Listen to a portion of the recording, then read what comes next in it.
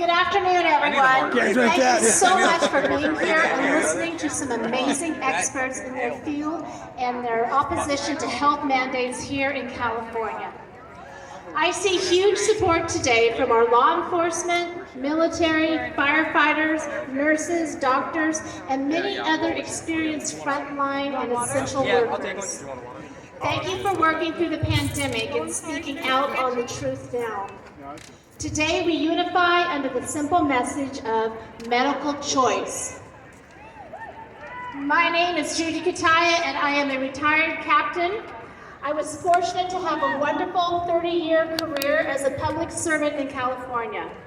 From going to wildland fire strike teams to medical calls and everything in between, helping the community made me complete. But lately, I feel like the tyrannical and suppressive government maybe got a little confused with the word public servant. Many of my fellow brothers and sisters will not be as fortunate as I am with their firefighter careers if we do not stand up to the bullies forcing mandates on us. Why? Because 6, 15, or even 20 years of firefighters serving their communities, those very same communities are turning their backs to these faithful, hard workers. They are being handed an ultimatum: get the vaccine or be terminated. We are tired of our voices not being heard. Even before the horrifying news of statewide mandates such as AB 455 and AB 1102, many places like San Francisco, Los Angeles, and Sacramento were on their own mandating city employees to get a COVID vaccine, offering to many no masking or testing alternatives. So today I stand before you to explain the repercussions of this ignorant and draconian decision as it pertains to public safety. We have peacefully assembled here today because we all want what is best for California and her people. Cops, firefighters, and nurses, our resumes prove this. My life has been dedicated to saving, protecting, and doing no harm. My career success has literally depended on my professional risk-benefit analysis. Not only that, but I am a cancer survivor. I pay attention to everything that I put into my body. I discuss it with my doctor. It is my body, and it is my choice how, when, where, and what I choose to do and to ensure a healthy life.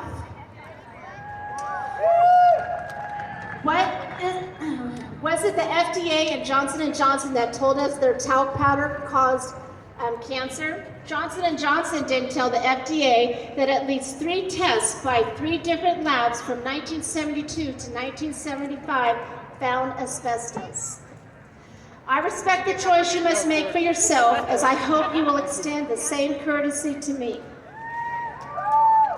Everyone's story is different, and we cannot expect a blanket, one-size-fits-all approach to healthcare.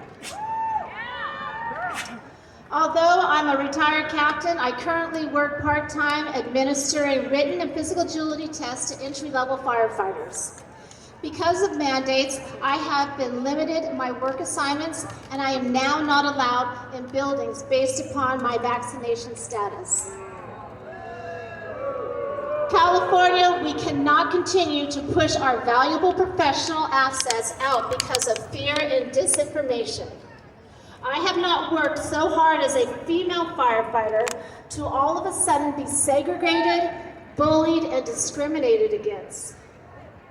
To call professionals like me selfish and we deserve to have our livelihood and freedoms ripped away from us is the ultimate spit in the face after the sacrifices we have made to serve and preserve California public safety. As we approach the anniversary of 9/11 and our resources are spread thin with this fire season, the disrespect hurts even more. The media is silencing and mocking us who want to be free to live our lives as we see fit. We are not extreme, crazy, right-wing, anti-this or that conspiracy theorists. Right now, we need truth and logic to prevail across all party lines. Look at the air quality. Feel this temperature right now. I don't even need to go into detail about how bad California is doing right now this fire season. That it has become a season we need to dread annually. I honestly fear less spread in our world right now. Fear right now. I want to turn onto the news and hear all the people winning and beating COVID with safe treatments and a healthy lifestyle. I am still waiting to hear our leaders discuss comorbidities and how lucky we are that they are a very high survival rate, especially with the healthy and the young. But I must ask all Californians in favor of mandates, what is your plan for the next fire season when 50% of our experienced firefighters are gone? That is a pretty large number to think about. I'd like to read you something from the Sacramento CBS Channel 13. They have Sacramento Mayor Steinberg reporting. Half of Sacramento firefighters and less than half of the police officers are vaccinated. Proposals are getting major pushback from unions who say workers have the right to choose. Why do you suppose 50% or more of those two professions have hesitancy? Well, there are actually many different answers and many reasons why. We have all come from different information and personal experience we would like to share. But where are the curious minds that are asking the questions and listening with compassion to the answers? Where is even the democratic process for passing these mandates if our government is just gutting and amending bills to get them through? More from CBS. Sacramento Mayor Steinberg points to skyrocketing COVID cases, mostly among the unvaccinated, as the main reason to push this now. A Los Angeles Times article says health experts have said the COVID-19 vaccines are safe, effective, and save lives. Well, there is a lot of science that says otherwise, Mayor Steinberg, and all the mayors out there. My friends at the firehouse have personally gone on several severe vaccine reactions, including paralysis, blindness, and myocarditis. Almost none of which is talked about on the news or even recorded. I am not saying this to create more fear or convince others not to get it if they want it, but those in favor of mandates, how else do we get through to you about how some of us are doing our risk-benefit analysis? If we can't talk about our own personal experiences without being called insane or anti-science. Does everyone in California know that the CDC defines outbreak cases, which are vaccinated individuals with COVID, as such only if they are hospitalized or die? So how can anyone really say who is and who is not spreading and contracting COVID when the real science data is being manipulated and left out? Yeah. Side effects are one of the many things to consider. Others may refuse the jab simply because they already have the natural immunity or a religious objection to the ingredients. More and more proof is coming out that natural immunity is a thing. If we were listening to science, then natural immunity would be touted as a hero in protecting the herd. Please look up the latest study in Israel, the most vaccinated country in the world. There is no way to speak for everyone and what their reasons are, but we shouldn't even need to defend ourselves in America. Our forefathers fought and sacrificed plenty to rid themselves of a tyrannical government. I'd like to read from an article in the Los Angeles Times. They said, unions representing fire and police are warning that the cities will be less safe if officers are terminated or leave over the vaccination mandate. Mayor Eric Garcetti last month signed off on a plan requiring city employees to be vaccinated. supporter of mandatory vaccinations is quoted saying, "They can organize all they want to, but we're not backing down." Well, it gives me great pleasure to announce that neither are we.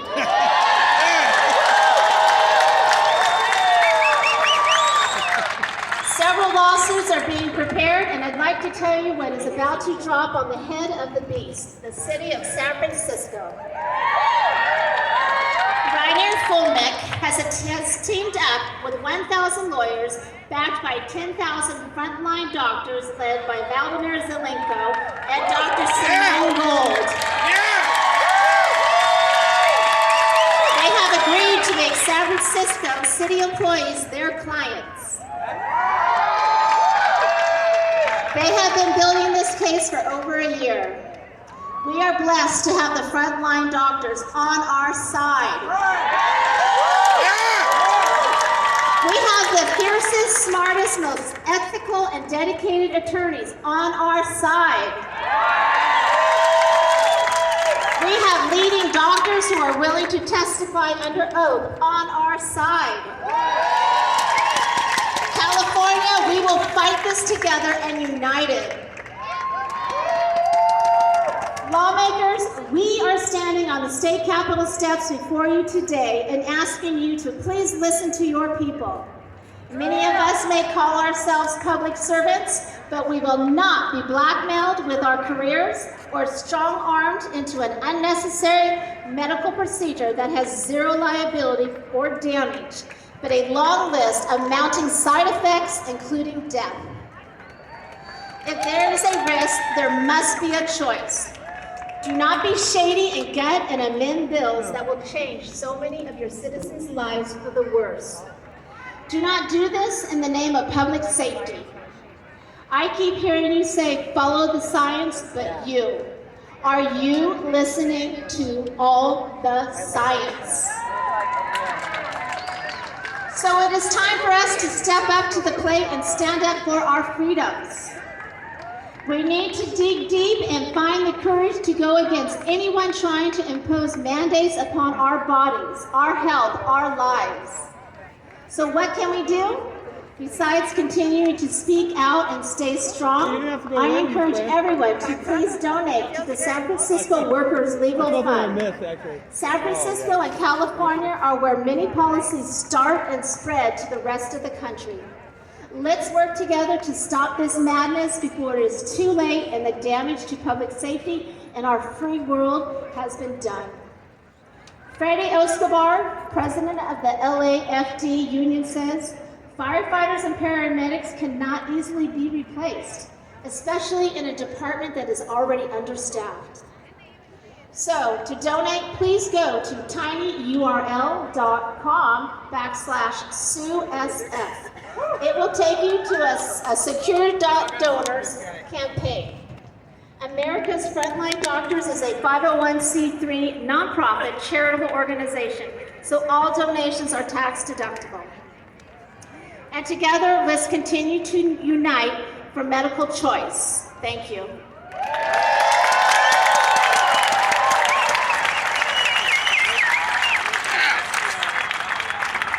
All right. Dr. Christina Parks received her PhD in cellular and molecular biology from the University of Michigan in 1999. She did her graduate research in the field of cytokine signaling. Cytokines are the chemicals that the immune system uses to communicate. Thus, Dr. Parks brings a wealth of knowledge about the molecular mechanisms by which vaccines may be causing injury to vulnerable immune systems. She has garnered significant attention for her testimony on Michigan House Bill 4471, which seeks to ban discrimination based on vaccine status. Please help me give a warm welcome to Dr. Christina Parks.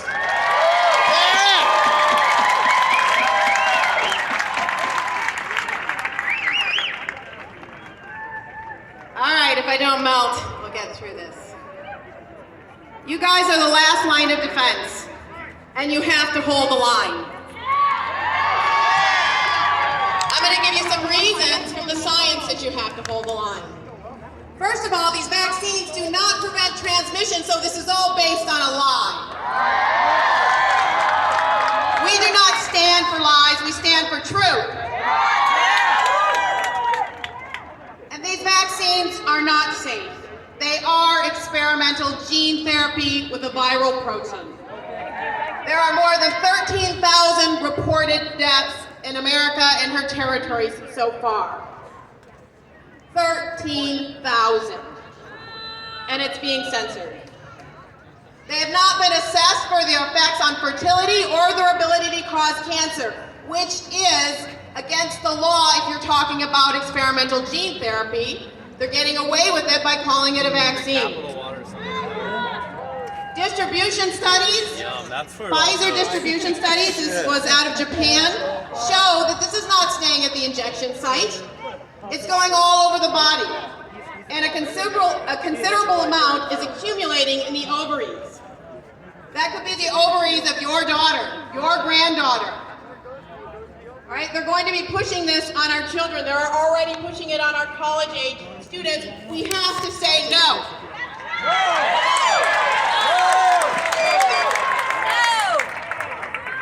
If you think the scientists aren't on your side, you're wrong.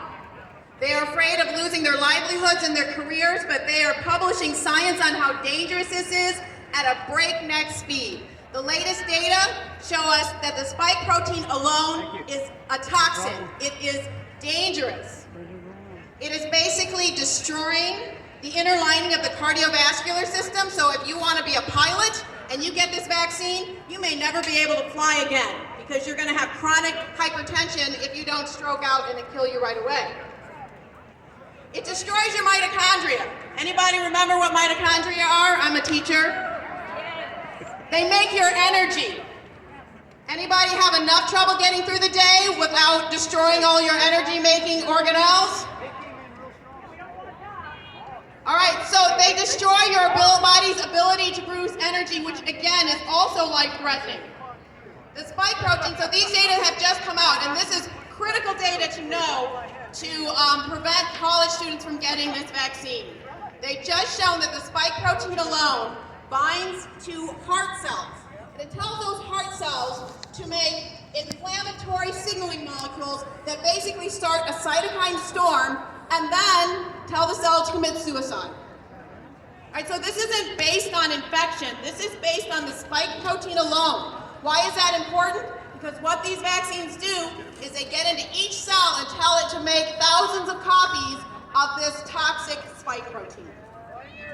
We have to say no.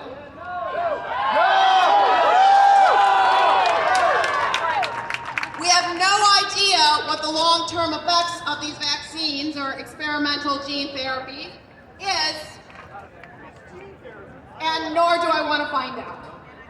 As we know, and we've known for hundreds, if not thousands of years, natural immunity is best because it will protect you against every new variant that's coming down the pipeline.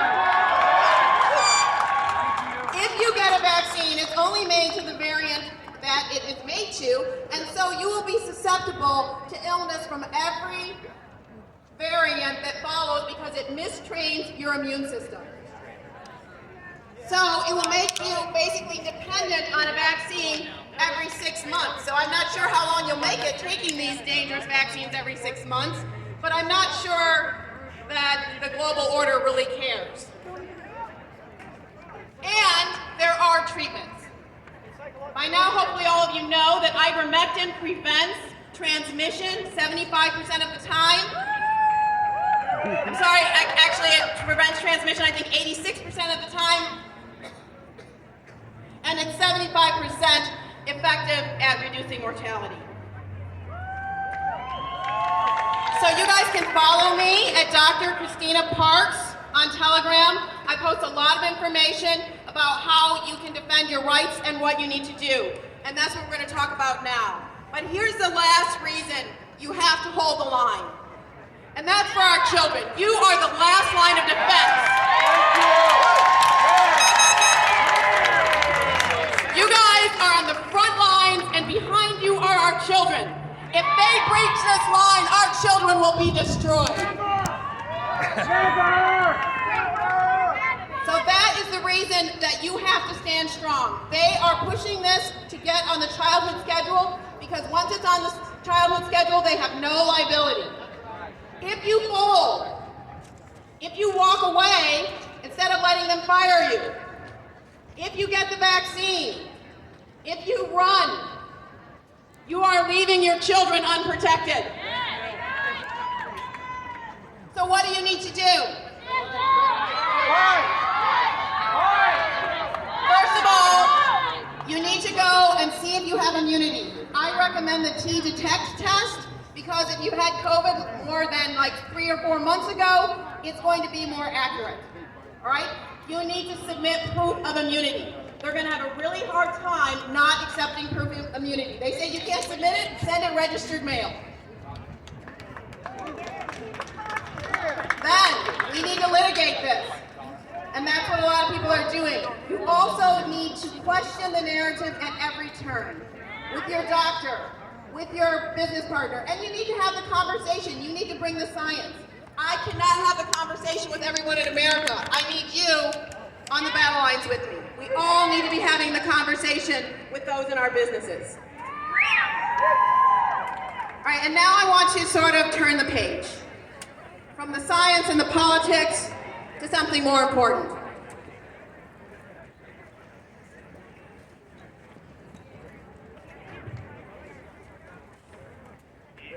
It's time to go to church.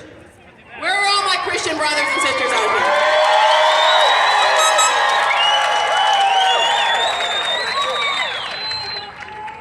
The book of Samuel has a story about a little-known teenager named David. Israel had come up against the Philistines, and they were at an impasse. The Philistines were about to kick their butts. But the Philistines made a critical mistake. Their leader, Goliath, said, hey, you can get one person to kick my butt, this war is over, and we'll walk away. For 40 days, the Israelites cowered. Do you know anyone who's cowering? Afraid of what they might lose? Afraid to stand against a giant that they don't think they can win? In fact, Goliath had said that, again, he would basically stand down if anyone could beat him. And then a teenager, a scrawny, skinny, weak teenager came to deliver lunch to his brothers. And while his brothers were shrinking in fear, David asked this, who is this Philistine? Who is this Philistine that he should defy the armies of the living God? Who are these bureaucrats who seek to take away our rights that they should defy the armies of the living God? And so I asked, as David asked, is there a cause? Is there a cause? Is there a cause? And David's brothers asked what he thought he was doing there, skinny, scrawny little teenager that he was, and why he had left the sheep in the wilderness. Have any of you left some sheep in the wilderness to come here today? You've come here today, you've left the sheep in the wilderness, and you come here today to stand among lions. We welcome any sheep who would waken up, but we need the lions to waken up. So David agreed to fight Goliath. That's how I feel today. Gangly, unhardened, a scrawny teenager against a behemoth bureaucracy. How many of you have felt that way? But David, he wasn't afraid. God had trained him in the wilderness where he defeated the lion and the bear. And even though those may have seemed like inconsequential battles to those in charge, God has a way of preparing us in his time and in his way for just the moment that he has brought us to. In fact, David was so out of his place that he refused the king's armor. Do any of you feel like you have no armor, that you're vulnerable? Well, you're not, and here's why. I'll share you some of the words of David. If you have God behind you, then you can never be vulnerable because his will be done. So in the words of David, and this is what he said to Goliath, "You come against me with the sword and the spear and the javelin, but I come against you in the name of the Lord Almighty, the God of the armies of Israel, whom you have defiled." So I'll ask again, is there not a cause? And so we call on the armies of the Lord to fight with us. And if you are thinking that you are not enough to take down this monstrous giant, you are right. You aren't enough. But there's one who is. And so I ask you to stand up to this monstrous giant and let the Lion of Judah roar through you.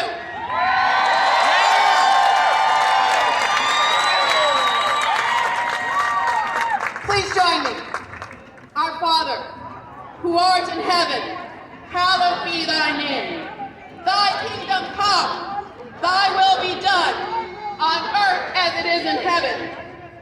Give us this day our daily bread, and forgive us for our trespasses, as we forgive those who trespass against us.